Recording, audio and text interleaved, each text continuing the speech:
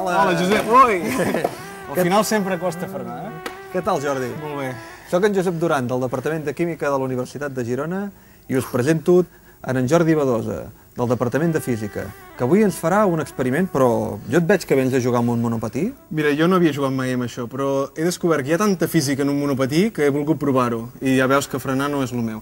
Però avui potser no parlem de monopatins, sinó de coses relacionades amb això, amb aquest moviment, però una mica més animals. Què et sembla? Molt bé. Deixeu el monopatí. Va.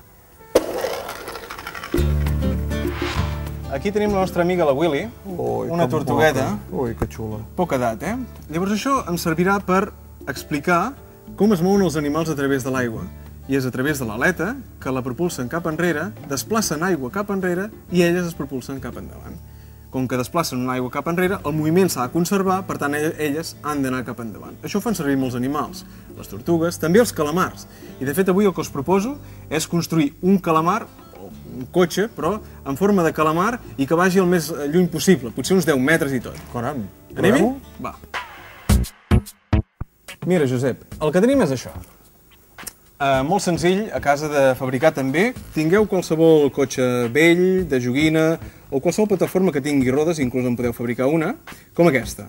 Llavors nosaltres hi hem posat un embut aquí i un suport perquè s'aguanti l'embut. Llavors, l'important és el calamar. El calamar en si mateix, això seria la vestimenta, serà un globus que l'hem agafat una mica allargat perquè ens ajudarà a propulsar el calamar en la direcció que ens interessa.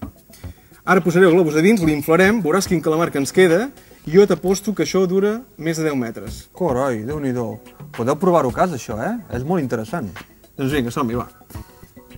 Faig passar el globus per aquí dins. Això no pensis pas que sigui res més que una cosa per injectar aire. I és el que fem. Una manxa. Sí, una manxa. Els calamars van amb aigua, però això ens ajudarà a fer el símil, perquè el calamar traurà aire i aquest aire propulsarà tot el sistema cap endavant. Tindrà prou força per tirar tot això endavant? Haurem de mirar. Bueno, jo crec que el nostre calamar ja té una certa dimensió important. Molt bé. Llavors, tot aquest aire es propulsarà cap enrere i propulsarà el calamar en la direcció de la seva longitud. Cap endavant. Jordi, ja el pots llançar. Doncs vinga, calamar a punt. El tenim aquí ja enfocat cap allà. L'aire sortirà per aquí, calamar cap allà. A punt? Vinga. Iepa! Caram! Ostres, quin experiment més bonic. M'ha encantat aquest experiment. Sí, ha anat prou bé.